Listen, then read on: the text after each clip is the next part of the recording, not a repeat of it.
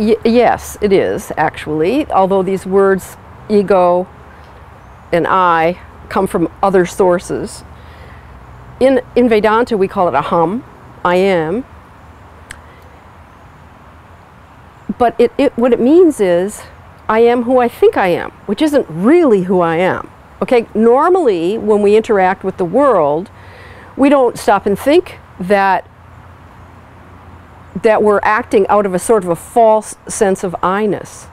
But in actuality, Vedanta says, you watch what you do and you can find out how, for instance, perhaps there are motives that drive what you do that are less than perfect, maybe even less than good, very selfish, self-centered, however you want to put it, okay?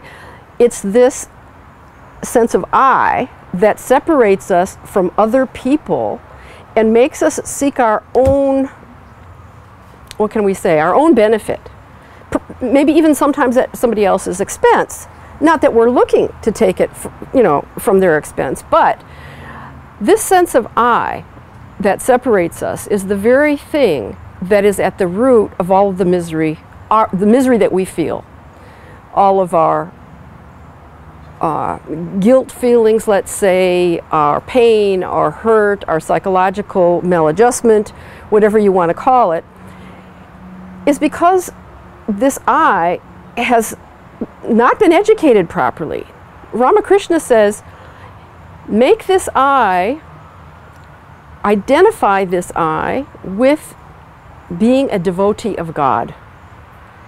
If you do that, and you do it consistently, day after day, over and over and over, you begin to see that this other previous idea of who you really were is not correct.